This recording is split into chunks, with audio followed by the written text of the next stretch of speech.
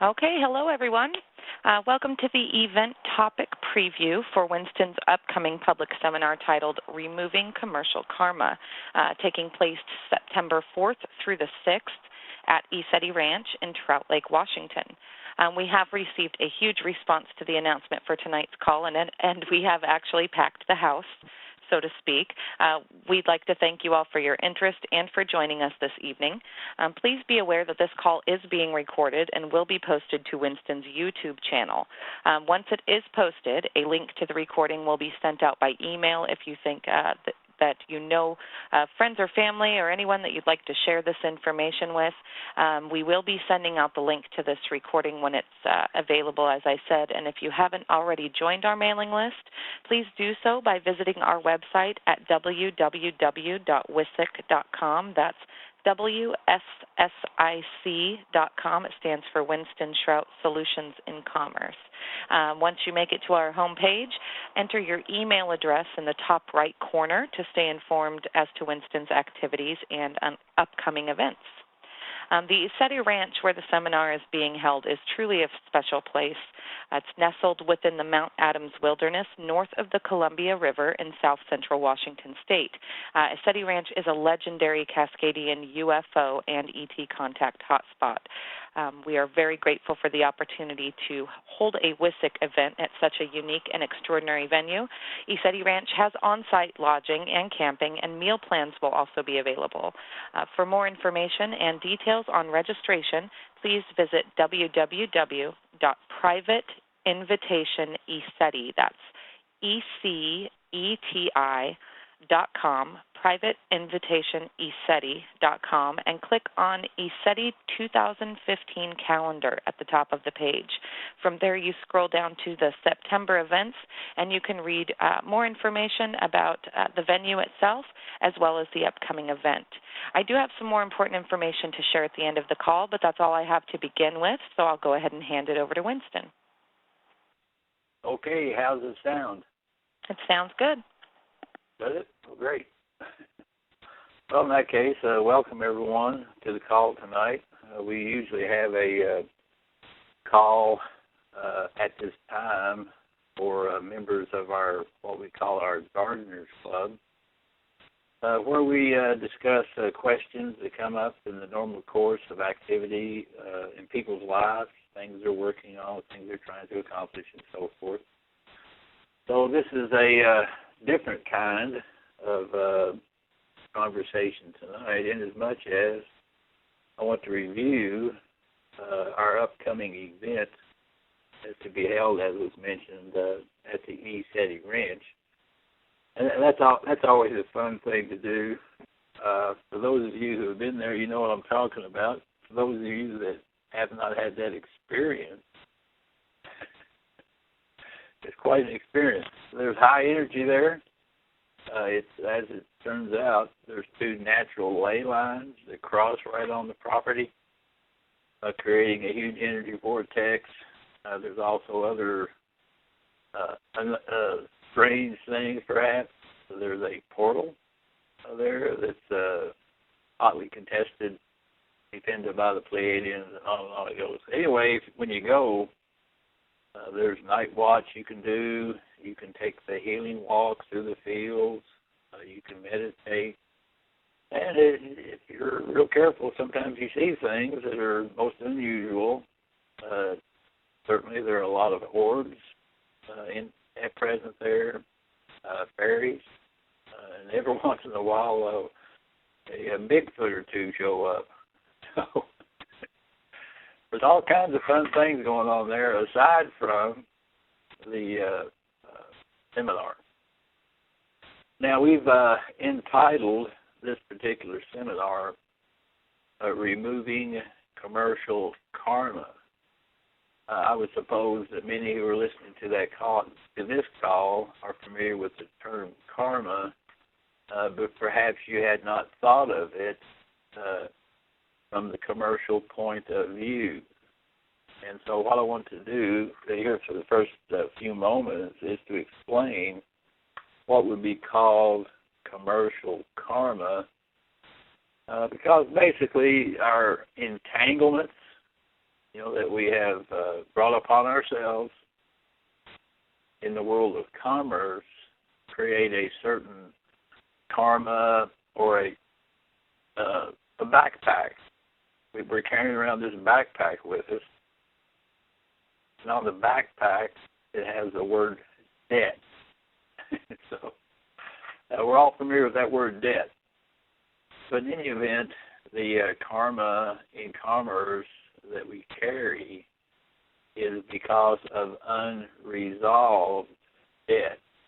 And so much of the technology that we have used over the years has to do with adjusting accounts. Now, it would take a long discussion right now, but one of the first subjects that we'll be entertaining at the event is a history and a discussion of how basically we have been hoodwinked. We've been lied to by omission, because a proper system for dealing with debt was in fact instituted way back in 1933. And then, of course, it was hidden from the public.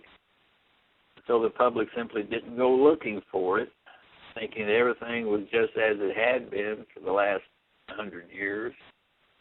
But there was a major shift in the concept of money. And so we had new forms of money in the form of negotiable instruments, which were brought into play. And because most of the people were used to the concept of hard money, or gold and silver, or instruments that were, created on the basis of the gold and silver, those things had gone away without anybody being told, and the new system looked as much like the old system that people simply did not understand or realize that there had been a major shift, a major change. So those are some of the historical things that we'll be taking a look at. History is, of course, not as people have generally understood it to be. There have been changes and problems and so forth that we're trying to deal with. Now, in respect to this concept of commercial karma, way back around the turn of the century, around 2000 or so, I think there were quite a few people who were waking up to some of these situations, and they wanted to find a way to deal with these debts or this karma. And so attempts were being made the term that was used was expatriate. Now, that might be a new term for some, but in essence, what the people had realized was that many of the problems that we faced dealt with what we call a United States citizen, or what other people term as a 14th Amendment citizen. You understand, after the Civil War, things changed, and so the 14th Amendment was put in place. Whether it was legal or illegal is not the question here, but it's what we did or what they did. And so in consequence of that, there was a remedy put in place that if you did not want to be a participant under the 14th Amendment, so forth, there were provisions for expatriation out of that system. But for the most part, people were hoodwinked. They didn't realize what had happened, and in consequence of that, they went along with the program. And so it was passed down from generation to generation. And so now we've come to the present time, and then around the turn of the century, there were several, who looked at that problem and realized that the great problem that we were facing was as the status as being United States citizens, which in essence means that we're just common stockholders in the United States Incorporated. So efforts were made to develop administrative processes and so forth, and to hopefully comply with the provisions of the remedy, for expatriation. But by and large, those efforts failed because one of the first concepts of expatriation is that you cannot leave a system and leave behind a liability or a debt. So that was the reason why most of those early efforts on expatriation failed, because they left behind commercial karma. They had not zeroed out their accounts. And so in consequence of that, their efforts to expatriate failed. So we've had a lot of time to work on that. And so as part of our seminar this time, the culminating portion of that will be the method to release that commercial karma and expatriate as being a United States citizen and become an American national. Now that's where we want to get to. So in this upcoming seminar, we're going to work our way to that culminating point. And again, this is just a 2-day seminar. And being at the seminar and listening to everything that's said will not make you an expert, not by any means, but at least you will receive enough information that you can work toward. And actually, it's simpler than you think. So there's techniques, technologies, and so forth that we have developed over the years to make it easy, or make it easier for those who would want to take that course, and to remove that burden of debt and the commercial karma. Now, I'm a practical kind of guy. I'm not an expert. I'm not a guru or any of those things. I'm just a common guy who looks for common solutions to problems, things that work. And in consequence of that, if you were to open up my brain and look inside there, you'd be looking at Forrest Gump. Forrest was a real practical fella. And so that's been my life, in as much as I've been involved in what I would call the real world. And that is hands-on. Through my working years, I worked as a carpenter, as a welder, and I dealt with real things, nails, boards, steel beams, and all those kinds of things. And because of that, I realized, or I was more in tune with practical things. Because I knew, that if I failed to do a good job, if my weld failed, somebody could be seriously injured or even killed. And so I was very, very careful to do the very best job possible. And so as a result of that,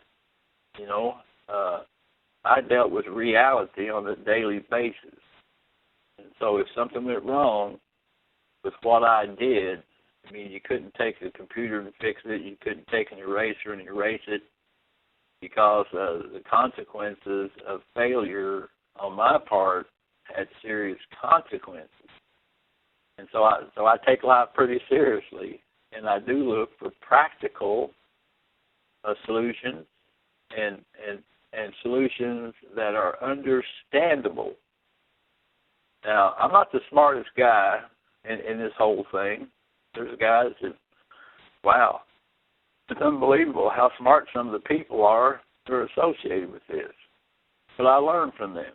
I style myself as a perpetual student.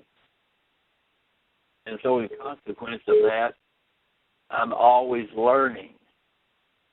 And as people come up with new situations, new circumstances that they have to deal with, then I go looking. If I don't know what the solution is, I go and try to find one. And then we work at it from a practical point of view. We do a little bit of experimenting and try to see what works here and what works there and what application this technique would have and what this technology would do over here. So again, this is not we're not involved in IQ gymnastics here, folks. This is just plain old Forrest Gump stuff, if you get my meaning. Okay. With that, there are a lot of basic concepts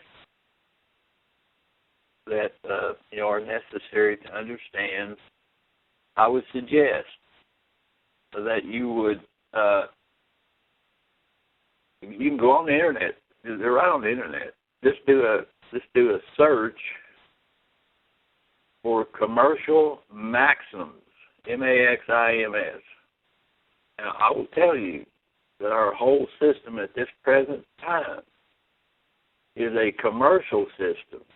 I know we have a lot who are experienced and knowledgeable in common law, experienced in a lot of different arenas. But our system at present is based on commercial principles and techniques.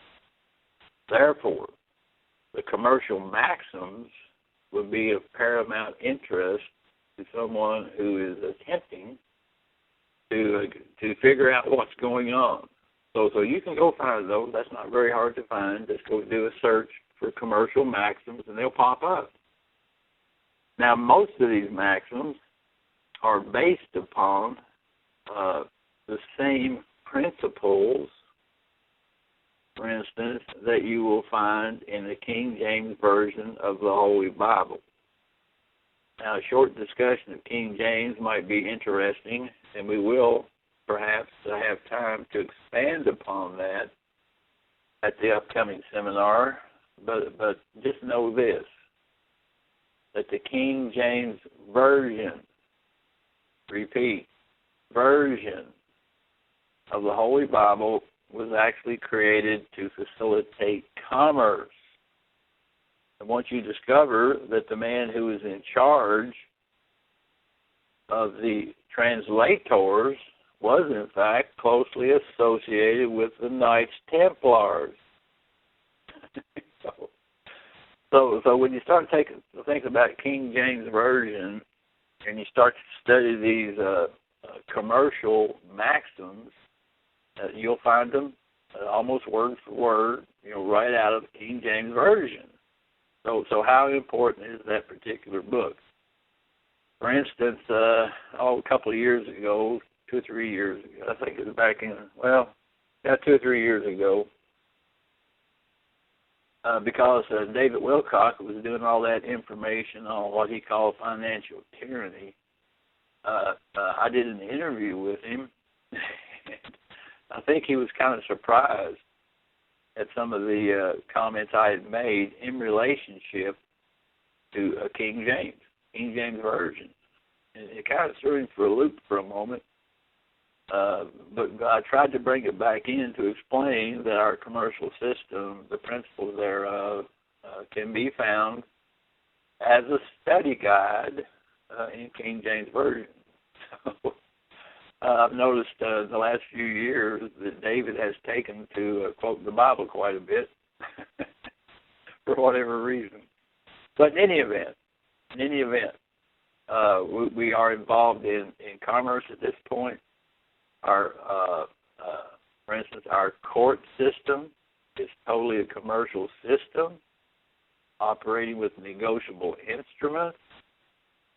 As a matter of fact, if you look at the Code of Federal Regulations, I think it's 27 CFR 7211, it goes and lists all the crimes that people typically commit, and it says that they're all commercial crimes. So I don't need to go any further with that, but just wanted to bring that in so you would understand the importance of operating correctly in commerce in all the things that you're doing, because that's how our society operates, and not just in this country, but on the whole planet. For instance, the free enterprise system, the international commerce that we do, all these things all over the whole planet are based upon these concepts. And so, for instance, free enterprise is a invention of Christianity. Capitalism is an invention of Christianity. And so when you get into some of the other world's religions and so forth, in order to do commerce, they have to utilize the Christian principles, whether you're a Buddhist, a Hindu, a Muslim, or whatever. So for at least for the event of some transaction, you got to be a Christian to get it done. And that's kind of a bias, but that's just the way it is. We just have to deal with things as we find them. And so if we're unsatisfied with the way things are done, then we have to work to change it. But in our present system and world financing, the international financial matrix is set up on those concepts. So that's what we have. And so, we don't get disturbed about it. We kind of just say, okay, if that's what it is, that's what we'll deal with. Then when I want to go do something else, I can do it another way and so forth. But that's just a concept you have to accept and deal with. Now, let me kind of just go over for a review for a moment here of the agenda that we anticipate. If you'll go on the website and so forth, and I think we sent out this agenda as part of the advertisement even for this call. We do anticipate on Friday afternoon for a 2-hour session for those who are completely new to this commercial concept. What I'll do during those 2 hours certainly would be to bring to your attention some of the words that we use in commerce that are perhaps a little bit different than they are typically used in our day-to-day affairs and so forth. And then some of the basic elements for consideration by those who might not be familiar with these things will be discussed. And it's kind of a warm-up, kind of a tune-up kind of a session, so that so that the people who are not familiar with any of these concepts, we can at least have a point to start with. And there is a lot of confusion a lot of times because of the word. And so many times when I'm in conversation with people, so forth, if I hear them use the wrong word, I generally stop them and say, hey, that's the wrong word. Here's the correct word for the discussion we're having. Now, the reason for this and the reason why I do that is not to be critical, not to put anybody down or anything like that, but we think in words. And so in other words, in other words. Because we think in words, if we're using incorrect words for a particular thought, then that thought will have a unfavorable result. So if you understand logic, some of the basic concepts of logic are that if you start out with a firm or correct logic foundation, and if your logic is correct, then the results will be correct. However, if you start out your thought process using the wrong words, even if your logic is correct, the results are going to not be what you hope. So, when you get involved in this field, then a lot of times there are words that are unfamiliar, so you need to look them up, you need to study them, because the world of commerce is a world to itself, and it has its own language, if I can use that expression. So, on the Friday afternoon, and anybody, you don't have to be a beginner to attend that, certainly, but we do encourage those who are going to attend the seminar that they attend that warm-up, so we can kind of get a few things, moving in your mind, because your logic, again, the logic in commerce is different than the logic you're used to, because most people operate in the fictional world, and in consequence of that, the language, the logic, the thought process would hold them back from conceptualizing of some of these other concepts over here in commerce. And they're not hard. They're not hard. It's not really a hard thing to do.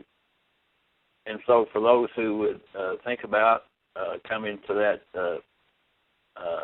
Friday afternoon session, I would suggest going on the internet and look up commercial maxims. Familiarize yourself with some of those terms, some of those maxims, because it'll be very, very helpful to you. Now, some of you might not be familiar with the word maxim. It's spelled M-A-X-I-M. It's very similar to when we were in school studying geometry. We had what we call postulates. But anyway, these things, these maxims, these postulates are things which have been proven so many times in the past that there's no need to reprove them. You got, Pythagorean theorem, you got all these constants, you got all these things in geometry, math, and all those kind of things that have been proven so many times to be true that we don't need to, all we need to do is quote them. We don't need to prove them again. So it's the same thing in commerce. These things have been in existence for so very long that there's no need to go back and reprove them each and every time we attempt to use them. They are simply accepted as being true. So that'd be a good place for people to start start to think about the opportunities that would be available on Friday afternoon. Now, on Friday night, we have what we would call a meet and greet, which is basically an open forum. And, actually, this is more for my benefit than would be for yours, because what I do is I encourage people to ask questions. Any question that you want to ask about commerce or situation, and I do this to gauge the audience. And that is, once I understand what questions are being contemplated by those in attendance, and it kind of gives me a pretty good idea of how I would present the information in the seminar. And then we can have a good time with those things. Like I say, We might get into a discussion about this or that, and then I watch the audience. Now look in your eyes to see how you're receiving some of these things. So it kind of helps me to understand how I would go about presenting the information that would follow in the on Saturday and Sunday. So that's a lot of good fun. Like I say, it's not formal. It's kind of laid back, so you can come and participate in that and listen to the questions and whatever answers that I might come up with to those questions just off the cuff. Now, when we get into the seminar, it's going to be a bit more formal, in as much as I have certain things that I would like to present. And so I'll be basically what you would call lecturing, and then we will take questions about the subject that I'm talking about, but what I would prefer would be that you would write them down as we go along. So at the end of, or let's say at break time, or at the end of the presentation, I would consider those questions. And if there are elements that need to be clarified or so forth, then at that time we could look at those questions so as not to disturb the flow of information, through the presentation. Now, so Saturday morning, the first session is going to deal with history. Now, I have found, let me express this too, I'm a victim. I'm a victim of history. I mean, I went to school, and they gave us the history they wanted us to hear. And, histories are written by the victors. So as we studied, for instance, Revolutionary War history, as we studied Civil War history, as we studied the world history, I think it was Napoleon that said that history is just a story we all tell each other. So it kind of gives you the idea that perhaps the popular or the orthodox history may in fact be just a little bit tainted. And so what we want to do briefly is to go back and look at some of the key elements that have led to our situation in our present time. So we'll take a glimpse all the way back to 1200s with 1213. We'll look at the 14 and 1500s with the SSTKI situations from the Vatican. We'll be looking at we'll take a quick look at King James Version and what came from that, and so we'll build up to our present circumstance, hopefully with a little bit better understanding of our history, and then certainly when we get down to the period in our history of 1933. There was a major shift, there was a major change in commerce and in money, but the only problem was they didn't tell anybody. So people kept going in the same direction they'd been going, thinking that everything was just as it was, but boy, oh boy, did it radically change. And so people are kind of, I wouldn't say misled, but I would say uninformed. And so after a period of time, some of these elements started to come out to the general public. And in the 90s, late 90s and so forth, there were some pretty smart fellows. And they started to investigate some of these things, and they started looking at the changes that had been made in commerce dating back to 1933. They started looking at the national bankruptcy concept, and they started looking at the money, And from that, they said, hey, things are not just as we had thought. And so they started to develop some technologies and so forth that became known as commercial redemption. Now, don't get commercial redemption confused with other movements. For instance, the Patriot movement is pretty popular. The sovereignty movement is pretty popular, and so forth. Now, basically, both of these other two movements would certainly be enhanced by a good knowledge of commercial redemption. And so that's the course that I have undertaken. And it seems to me like it comes pretty easy to me on the basis that I had always been a student of the Scriptures, in particular King James.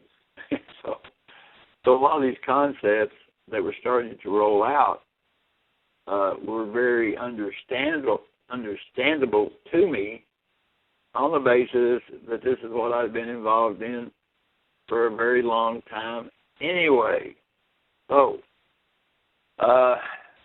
they started to develop some of those things, and little by little, there were a few others that were brought into that knowledge, and so they started to disseminate the information very slowly at first. Now, I came upon this information for the first time in 1998. The circumstance was that I had retired from construction work. I mean, I was just too beat up, too many back sores, too many broken bones and whatnot. So I was able to retire, which gave me a lot of free time. So what I was doing was that in the community where I lived, there was a study group. And some of these fellows in this group were very, very gifted in the system as they perceived it. Matter of fact, a couple of them could beat any attorney in town, hands down, not a problem. So I thought, well, I don't do very well at that. Matter of fact, I had previously been involved in a couple of civil suits, both of which I had lost miserably. So I thought I really needed to up my game on that in case I have to deal with it again in the future. So I joined the study group. So we were basically studying statutes and codes and things like that. And then one night, one of the fellows came and said, hey, that I just got some cassette tapes here of a seminar that was done, and the subject matter of that was commercial redemption. And he said, I think we ought to listen to this. He said there's some concepts here that are very interesting. And so none of us had ever heard of it. None of us ever heard of it. And so we started listening to those tapes as part of our study class that we would have once a week. And then the deeper we got into it, the more interested we became. And so now at that time, this is 1998, at that time, there was very little information. I mean, hardly anything. And so we were really pressed to get information and to get understanding about what this is all about. So we would have to drive long distances to talk to anybody about this. I mean, at that time I was living in southern Utah. We would drive all the way up into Idaho. We would drive down into Southern California. We would simply go to wherever we had to go to find the information out about this concept. And so it was very, very slow in coming. And some of the basic concepts that we were dealing with, like I say, little information about it. And so, for instance, I never did file a UCC-1 financing statement until the year 2000. that's how long it took me to get to the point where I had confidence in what I knew in order to move forward. Now, I mean, those here in 2015, you can learn that information in 2 or 3 hours because we've gone and taken those things and we have put them into an educational program that's easy and understandable and easily accessible. So that's been the purpose of Solutions in Commerce, is to get the knowledge and information out. So as time rolled on, we became more proficient. We would try this, we would try that, see how it worked, try to find the inside out of things so we could become competent in this new form. And what we discovered in this was we discovered that everything operated under the admiralty, under bankruptcy. And that concept of bankruptcy to a lot of people is not understandable. I mean, it's kind of new to you because you perhaps have looked at bankruptcy from one point of view and not seen the big picture. For instance, in 1933, in order to facilitate the new money, which was a debt currency, it had to be operated from the position of bankruptcy.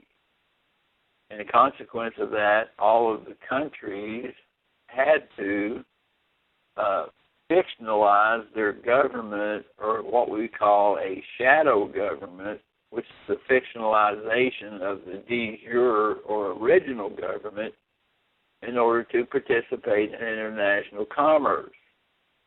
And so the United States went into bankruptcy. I think the last country that actually moved into bankruptcy was, I think, the United Kingdom. I think they did that in 1935.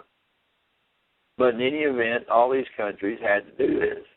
Now, this also necessitated the states in the Union of States, let me put it that way, all the states in the Union of States had to also fictionalize, and so in consequence of that, we have what we have today. For instance, formerly my home state, which was called the Commonwealth of Kentucky. That's what it was called originally. But in order to facilitate this new system, now they have what's called the state of Kentucky. And so immediately we see the change. We see the difference. Because a commonwealth is different than a corporation. So all the states incorporated, all the countries incorporated. We went into a new form of commerce which the general population did not understand. In consequence of that, we have made a multitude of mistakes, which has caused us to create a great deal of commercial karma. And so we drag that stuff along with us, and try to figure out, well, what's happening here? What's going on? I mean, why can't I be as spiritual, for instance, as I would like to be? It's real hard to meditate, folks, when a third-party debt collector is knocking on your door, or the sheriff is at your door fixing to throw you out of the house on a foreclosure. Now, for those of you who are working on spiritual development, who meditate, and who work on what people generally call ascension or uplifting, and who are trying to move into new spiritual dimensions, it's very hard. It's very hard to put aside the day-to-day problems. How do you pay the bills? Are they going to turn the power off on me? Are they going to foreclose my house?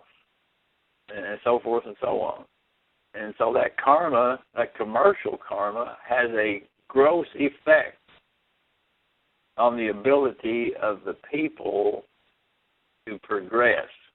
And so that's the purpose then of Solutions in Commerce, is to bring these things to people's attention and to get them into the state of mind where they can throw off that karma.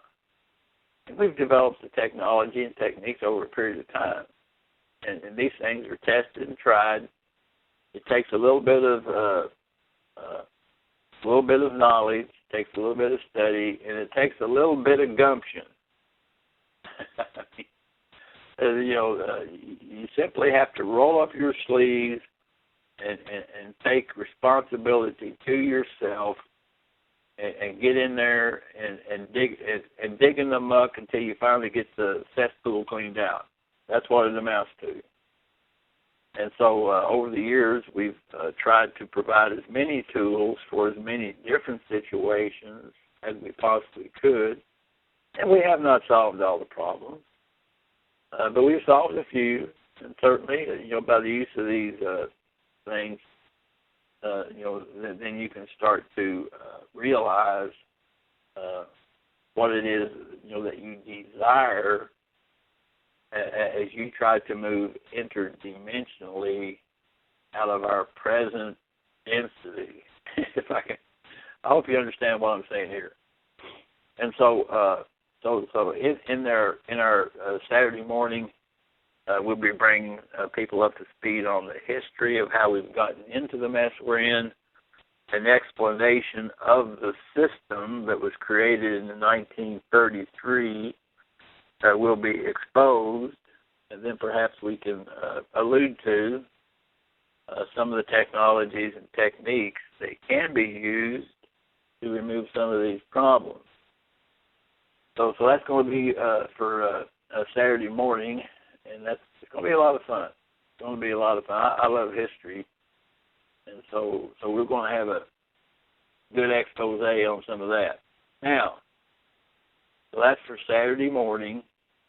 And as I mentioned, we'll be taking questions and try to get some of those things answered, or at least give you a good direction so that you can go and research it and get a better understanding of some of the situations that you find yourself in. Now, Saturday afternoon, we're going to talk about money. And money is not what you think it is. I do a lot of things. I work in the international arena also. I do have international appointments. And so, in consequence of that, one of my good friends, he's actually at this point the settler on the Sukarno Trust. I don't need to go into all that right now, but if anybody understands money, it's key. He understands money. And his biggest complaint, and we've discussed this many times, his biggest complaint is that people don't understand money. He says they don't understand how it's created. He says they don't understand the nature of it. They don't know how to use it properly. And so from his point of view, as sitting on top of the world, as it were, as the settler on the Sukarno Trust, in his everyday interchange with international bankers, international financiers, and people who deal in large sums of money, his complaint is that people don't understand money. And so when you reduce that down to me and circumstances and situations I deal with, as Solutions in Commerce, with just the average people. I ain't talking about international billionaires and financiers and bankers and all that kind of thing. But even at the level that we're at, just Joe average. As it turns out, we don't understand money any better than the international bankers do. So during our Saturday afternoon thing, we're going to talk about money. And hopefully I can get your logic, correct on that. Because there's many different kinds of money. Everybody just, uses the word money, and then you reach in your pocket or you look in your bank account and you think that's where money is. Well, that's not the only kind of money there is. People complain about Federal, I keep hearing all this business. Everybody's complaining about Federal Reserve notes, Federal Reserve, all the problems we have because of Federal Reserve notes. Well, don't you understand that in our typical commerce here in the United States, that using Federal Reserve notes only comprises about 6 or 7% of the transactions that people typically do. So in the scheme of things, Federal Reserve notes only comprise a small portion of the commerce and the money that we use. So what kind of other monies do we use? Up until, and I think it's still pretty high, but up until the use of credit cards and plastic debit cards and stuff, the major currency in this country was bank checks. And the nature of bank checks have even changed. So bank checks are not what you think it is. For instance, when I first started on my journey studying commerce, it was recommended to me by a pretty smart fellow. He said, you really need to take a course in negotiable instruments. And so that there was it's been so long I can't even remember. But anyway, I sent away for a correspondence course in negotiable instruments. I mean, it was at the college level. And so I was supplied with cassette tapes. This is how far back it is now, folks. Cassette tapes and some written material. And so I would study those things. I would listen to those cassette tapes over and over and over. I mean, I had a little portable cassette player I put on my belt when I was working in the garden, when I was driving, when I was traveling or whatever. I was constantly listening and going over these concepts of negotiable instruments.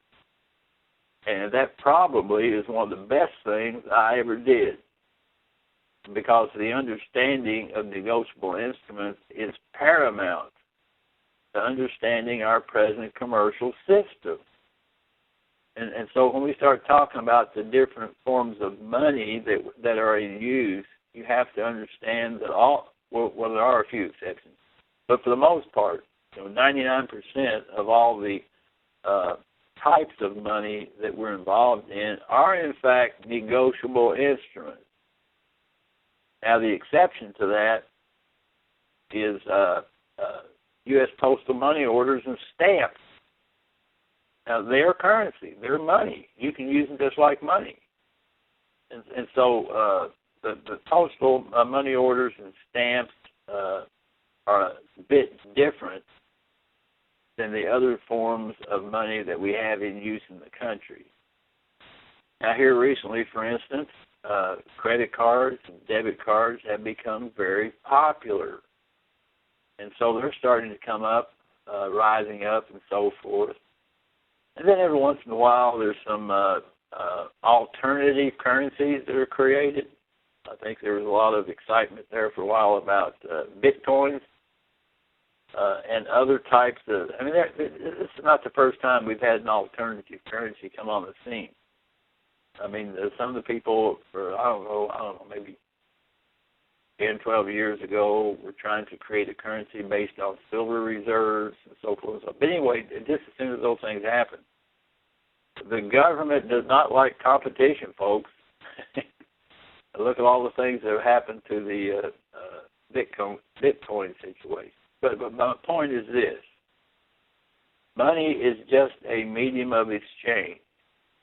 And that is, it's a method of transferring energy from one party to the other. That's all it is. And so it is the real value, the actual piece of paper or coin or credit card or what? No. That's not the real value. The real value is the energy that has been put in by some party which they want to transfer to some other party. That's the value. And people get that mixed up. They think the money is the value when in fact it's not. It's the energy. And energy is created by work.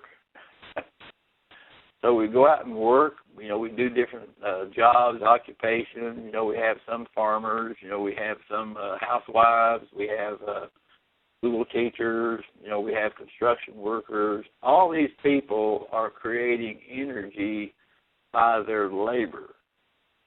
So the real value is the labor and the energy that is created by the labor, which is simply represented by money. And so we use money as a medium of exchange, and that's the value of it. People tend to want to hoard that stuff. And there's been all kinds of crazy things that have happened. I mean, we've got a real problem going on, which is presently being corrected in regards to all these toxic derivatives that are all over the planet. So those things have to be resolved at the international level, and they are being resolved. Matter of fact, for the most part, most of them have been resolved. And so we've had to go to work internationally, to work on some of those things. But back to me and you, just a common guy out here trying to figure out some way to make it through this life. We don't understand money either. And so we get trapped into the same misconceptions that go on internationally. So, on a Saturday afternoon, what we want to do is we want to delve into that and see if we can get a good understanding about money, especially as it applies to the concept of negotiable instruments. So we'll be talking, we'll have a mini course. We'll have a mini course on negotiable instruments. And you'll learn about promissory notes, which are discharge items. You'll learn about bills of exchange, which are set-off items. And we'll be talking about public money versus private money. And hopefully when by the end of the day, you'll have a whole lot better concept of what money is and what it can actually do, and the karma that's created when it's not properly used. And now we've had terrible international karma that's been created, and those things are being dealt with.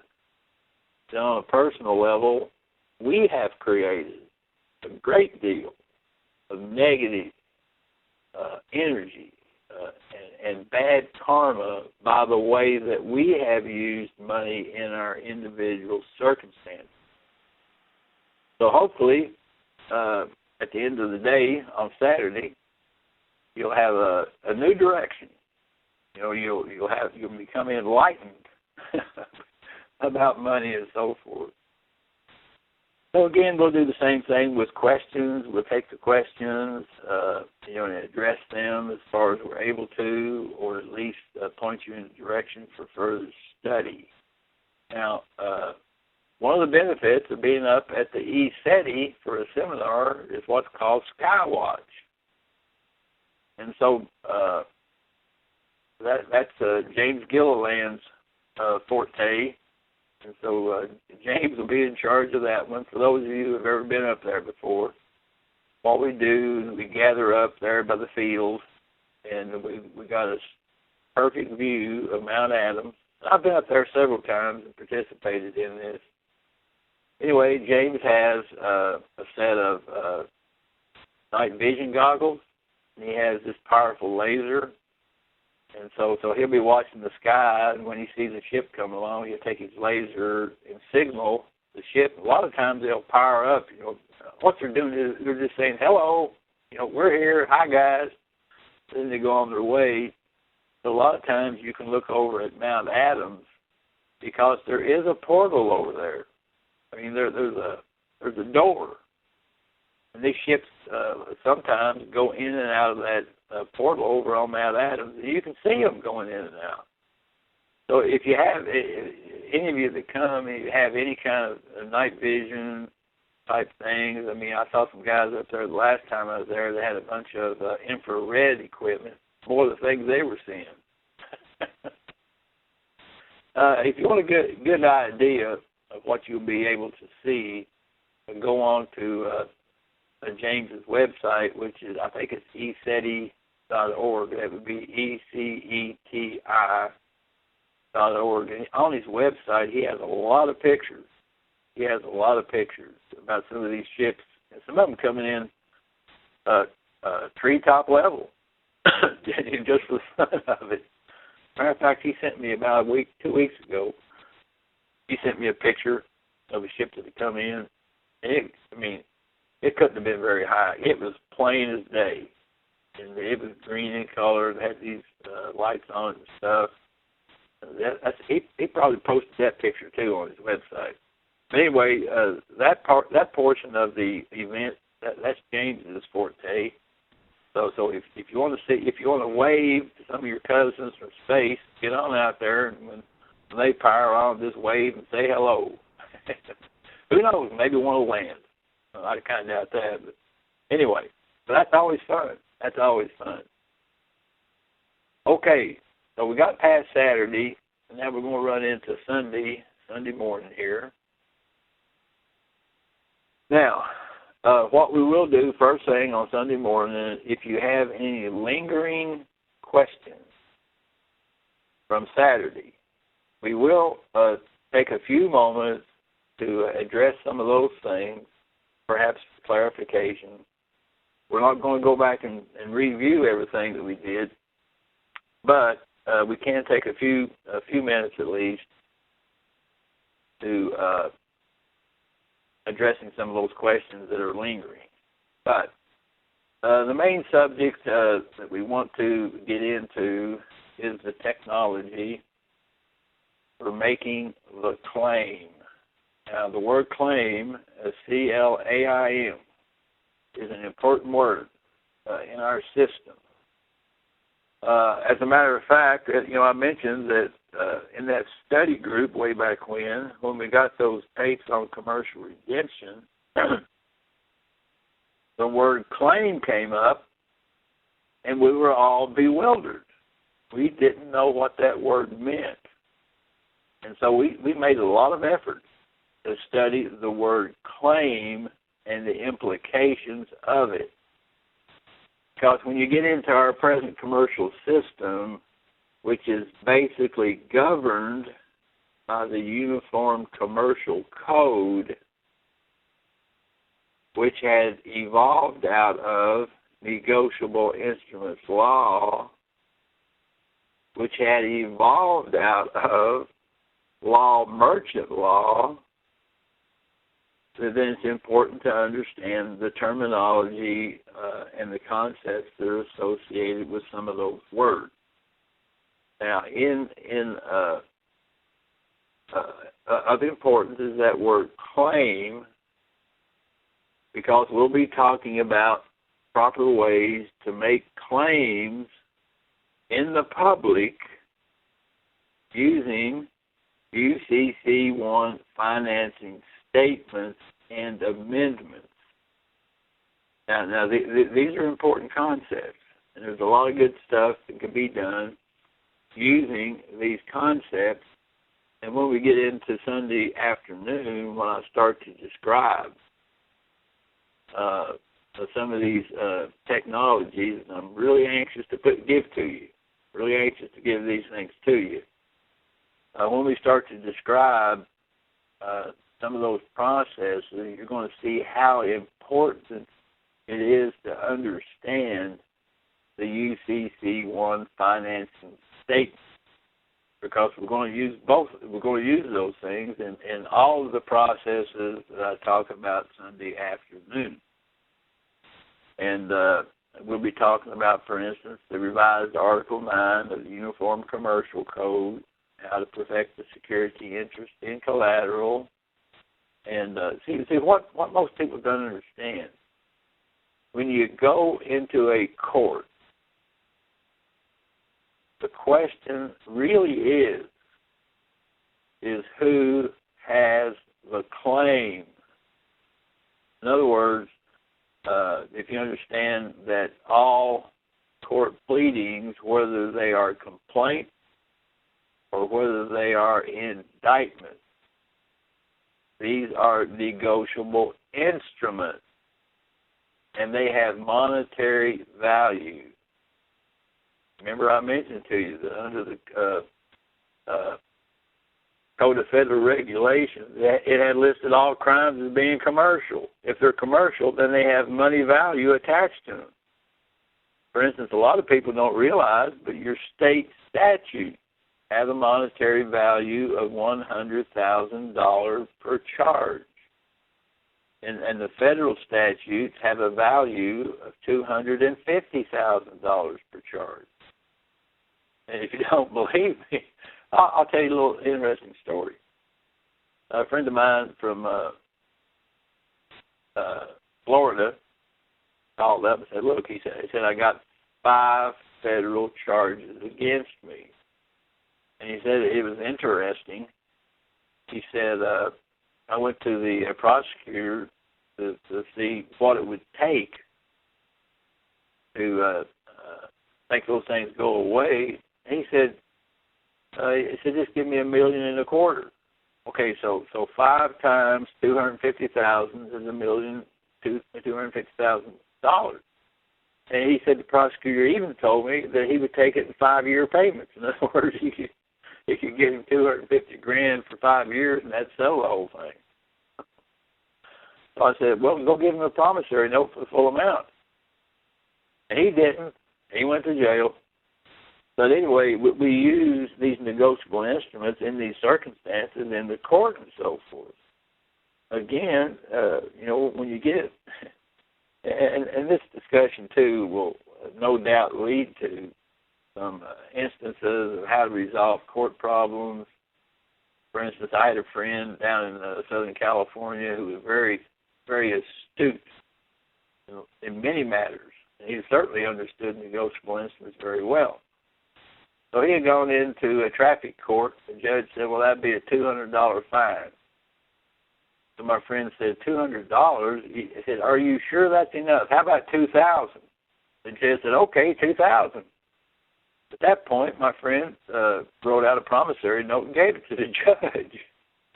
The judge looked at it and he said, okay. He said, I'll take it this time. My friend said, yeah, and you'll take it every other time too, because my friend understood negotiable instruments, and many times we use negotiable instruments in courts to settle on judgments.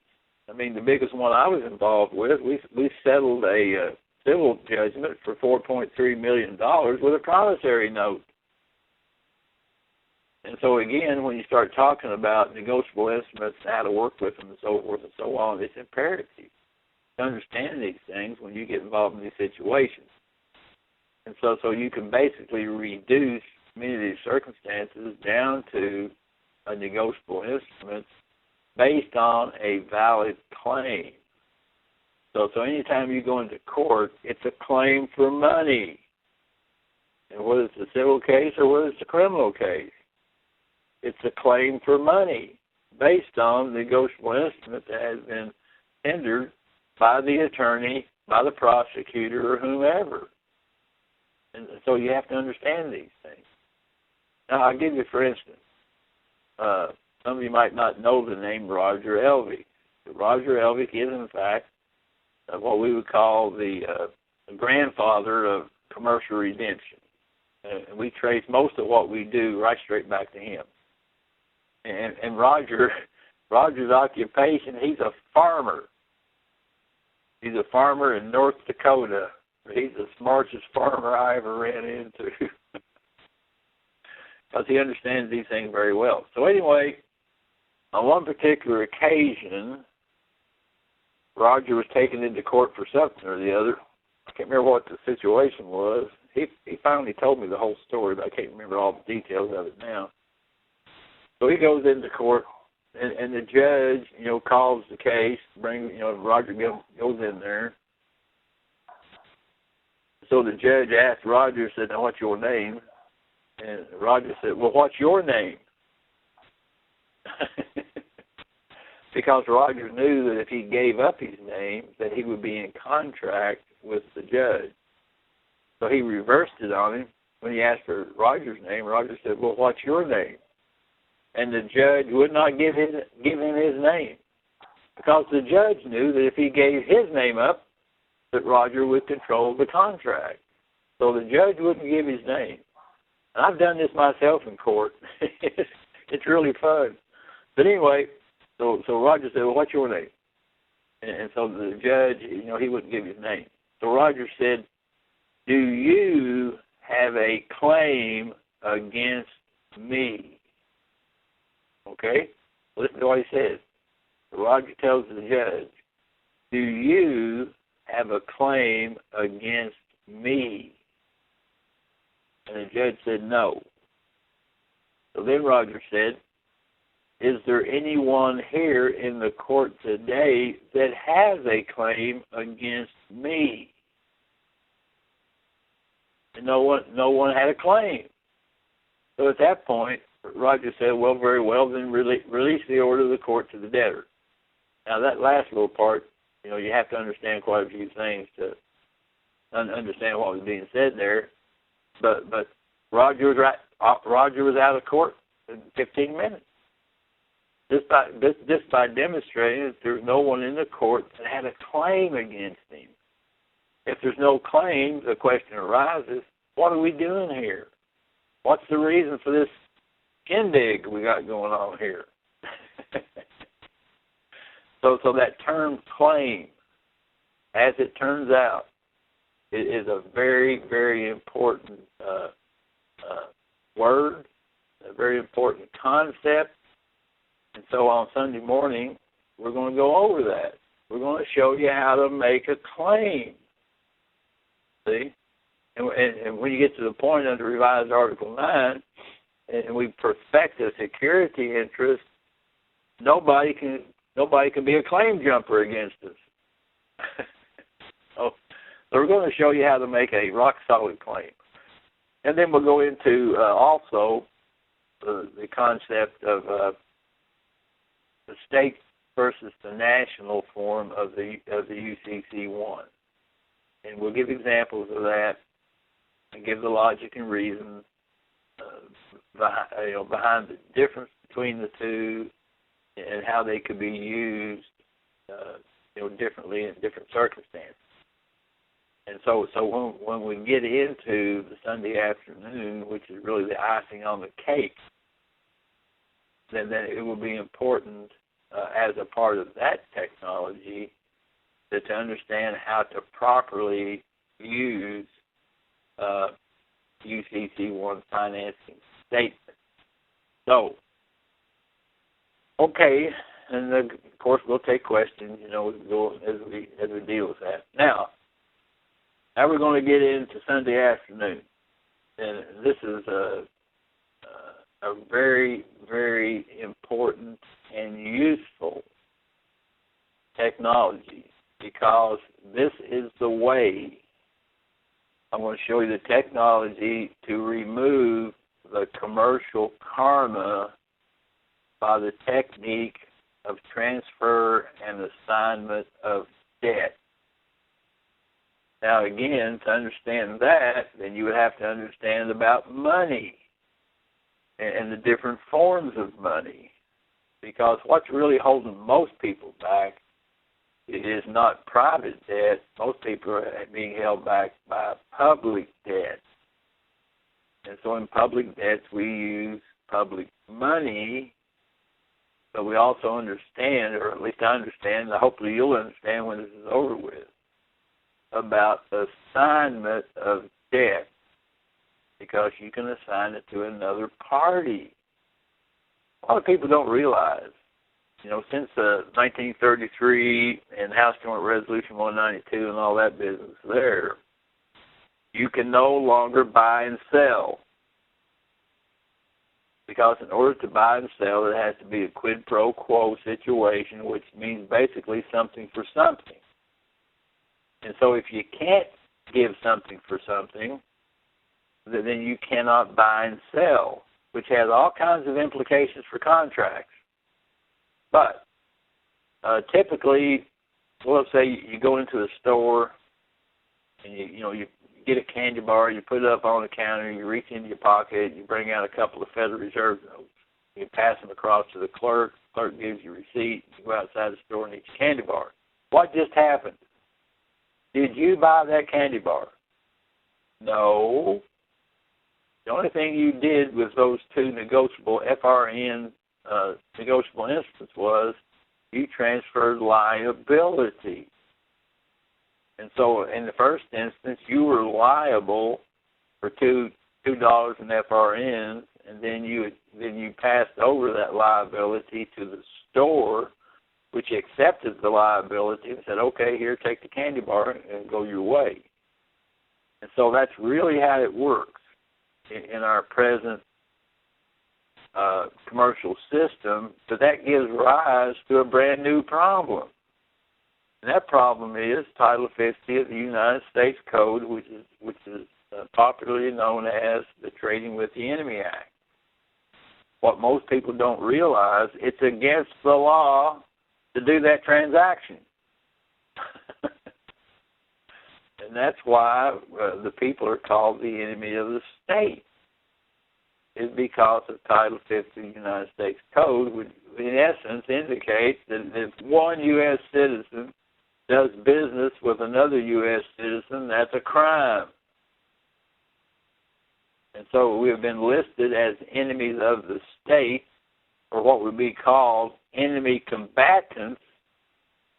In consequence of that, U.S. citizens have no access to due process of law under the Fourth Amendment to the Constitution or to the 14th Amendment to the Constitution. You have access absolutely to no due process of law.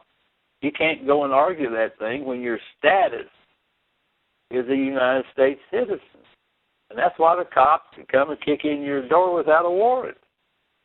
It's because you are the status of a U.S. citizen, and a U.S. citizen is an enemy of the corporate government.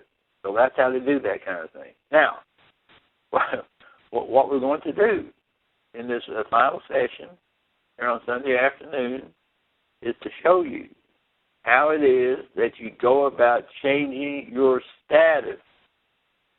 You'll be changing your status from a U.S. citizen to what the government calls a non-resident alien.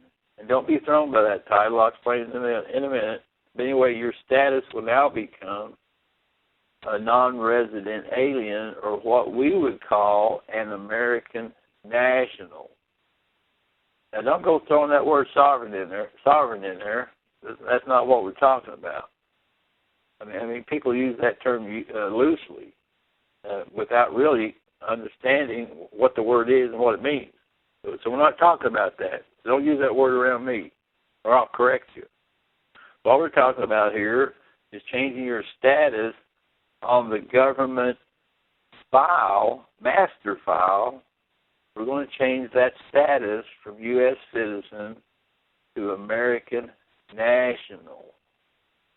Okay?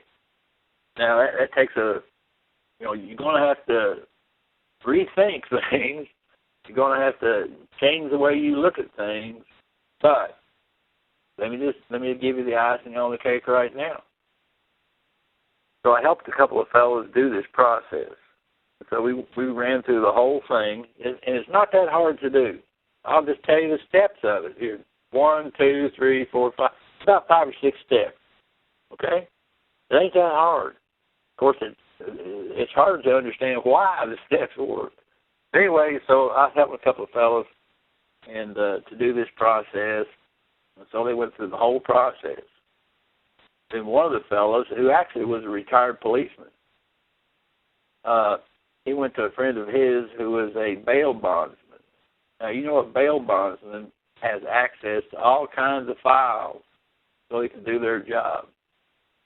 And so my friend went to his bail bondsman friend and said, hey, run my name and see how it turns out. So the bail bondsman went searching through all the records and files he could find, and he come back to my friend and he said, you do not exist. In other words, his quote-unquote straw man had been taken off of all the government files that this bail bondsman had access to. Now, does that start to sound like expatriation to you? Yeah, it does. Now, the next fellow, the help of that process, he had a friend who was an FBI agent. So he described to the FBI agent what he had done, and the comment of the FBI agent was, "Yep, you have removed yourself from the system."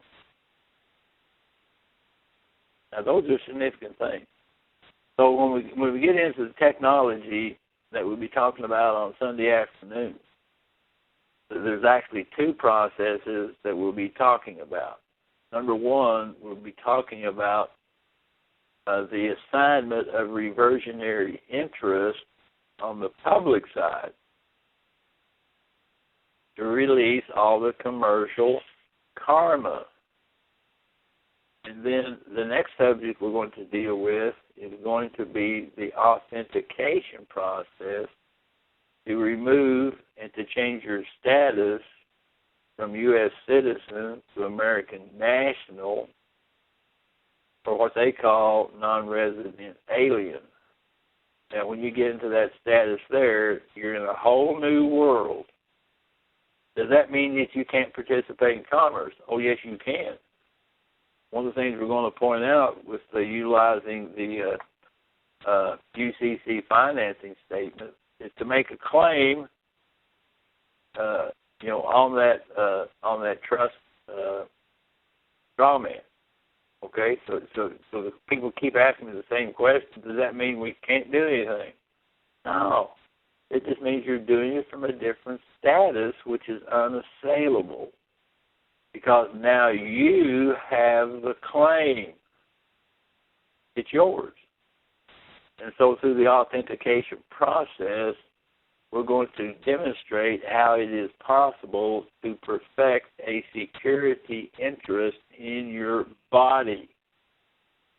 You know, your body is just made out of minerals and water and different substances, all of which have come up out of the ground. Scripture says, from dust thou art created, and to dust shalt thou return. So how about we demonstrate that we own that dust and put it beyond the reach of any other party to make a claim against it. That's what we will accomplish. Now, we have also extended that concept of authentication into other areas. And in particular, we have extended that technology with a few additions to the technology into the real estate area and mortgages. So we're going to demonstrate how you can take the ownership of your home. A lot of people think, well, I went out and bought this house. I went out and bought and paid for it. No, you didn't do that.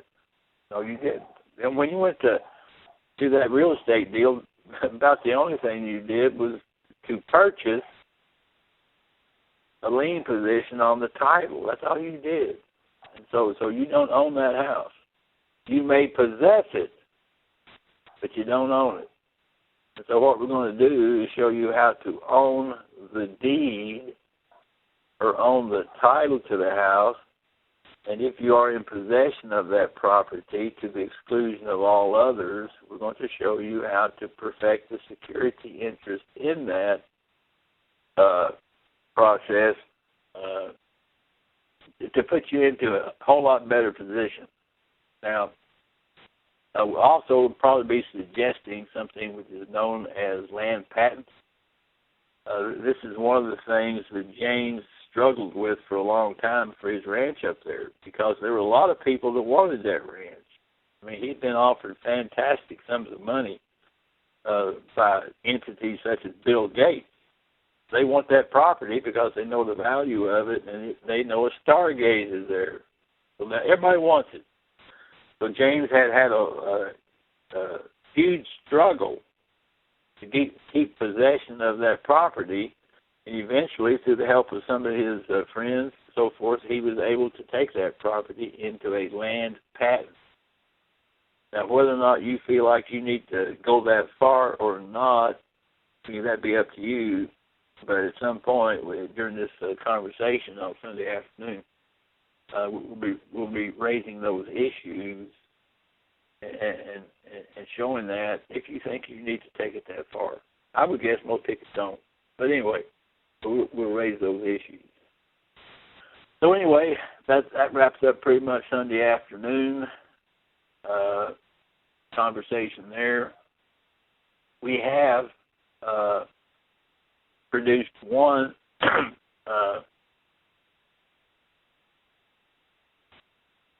excuse me, I had to take a drink there.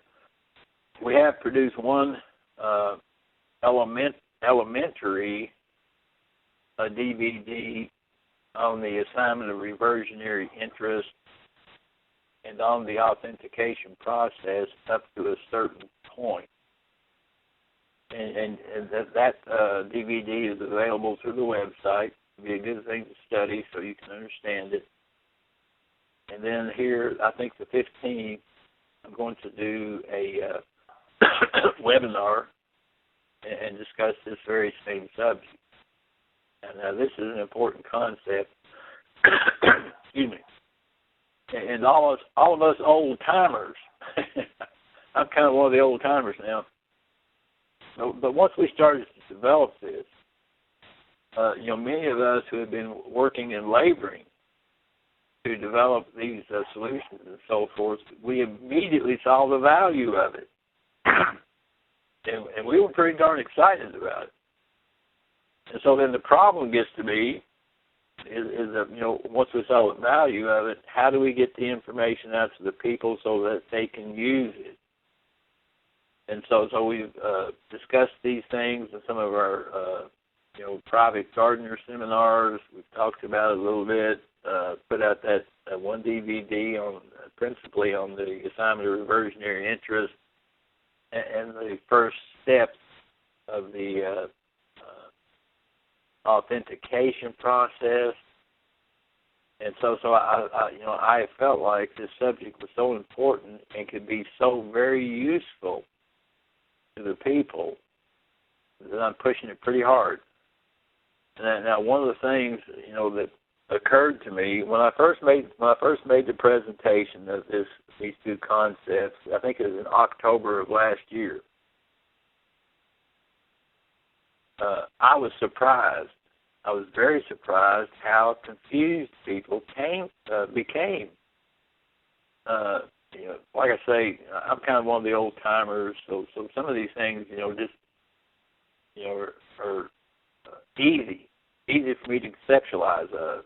But what I realized was after that first presentation that I had made, that for whatever reason, some kind of mind block was going on with the concept because people were becoming very, very confused with it. Because I was getting emails, I was getting telephone calls and all these kind of things, and so it occurred to me that for whatever reason, that these two technologies seem to be very confusing to people. And so I keep going over it every opportunity that I have. For instance, like I say, we first talked about it in October. Then again, we talked about it at our last gardener seminar in June. We created that single topic DVD. We're going to talk about it more on this webinar coming up. And then we're going to really hammer it good. We're going to nail it down real good up there at ECETI. So I feel like this concept is so valuable. This technology is so valuable. I'm going to keep hammering it as far and wide as I can because of the importance of it. If every man and woman in America did this process, that would be the end of the fictional government. It would be.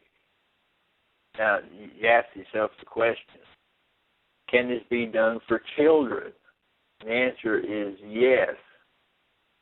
For instance, here, I don't know, it's probably about 5 or 6 months ago, three Native chiefs asked me, would I entertain them? They were trying to do some international contracting, and because of my position as an international notary, they felt like that if I notarized their signatures on these international contracts, that it might have more weight. And so I entertained. They came to where I was, and so they came.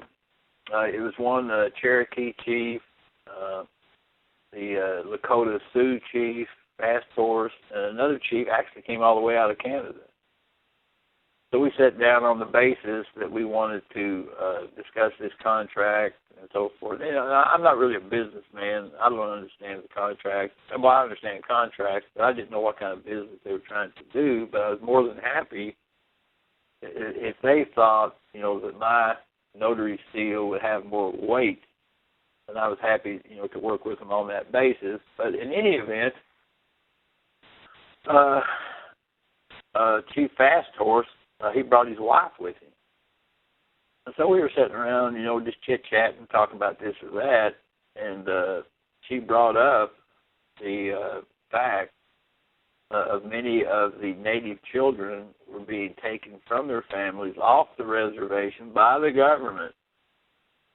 And she says, what can be done about this? And the chief said, yeah. He said, over a period of time here, so we have had 26,000 children taken away from their families, taken away from the reservation, integrated into God only knows where, you see. And so they were very concerned that kind of thing was going on. I said, well, I think I have something here that'll do two things.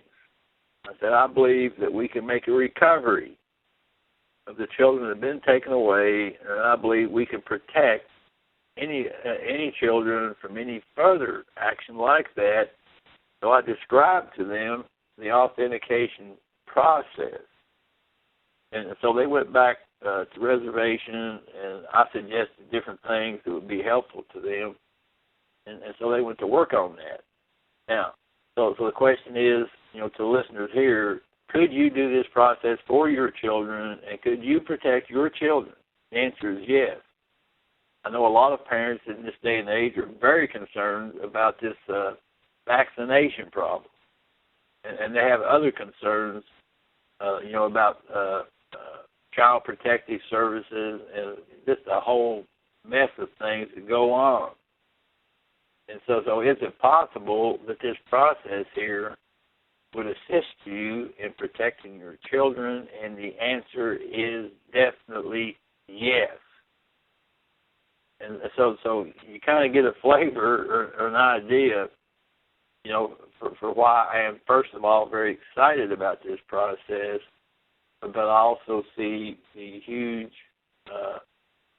benefit that it would have to people and their families and their possessions. So anyway, looks like it's kind of getting past the time we had agreed upon. But anyway, I just wanted to thank everybody in attendance. We're just trying to get out as much information to help people as possible. I'm kind of one of those guys that are involved in what we call service to others. All these, I would have to say probably 95% of all the stuff that I've developed is not for me. I don't need it, but other people do. And so we've gone to work. We've been doing seminars. We've been doing workshops. We've produced educational material in the form of DVDs, written material, and all manner of things to assist people to release the commercial karma, which is holding you back from attaining the desires of your heart. So that's what we're doing.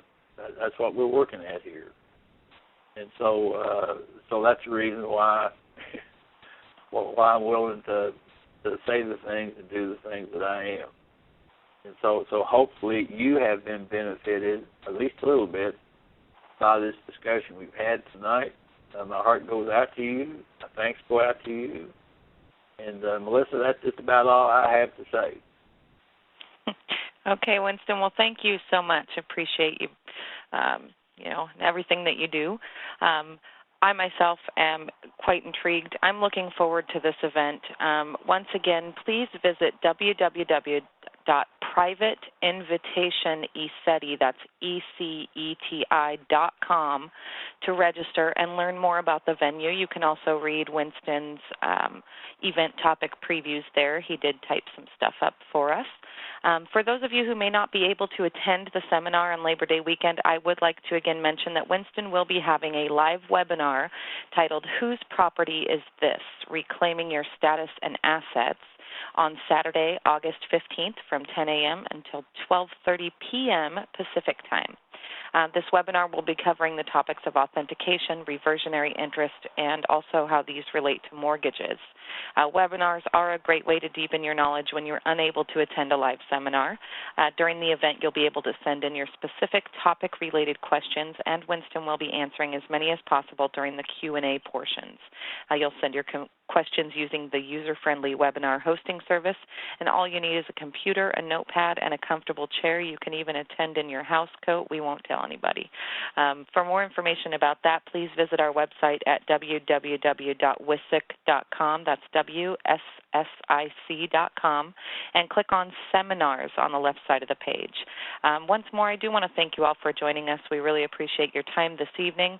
From Winston and the staff here at WSSIC, we do wish you a wonderful evening. Good night.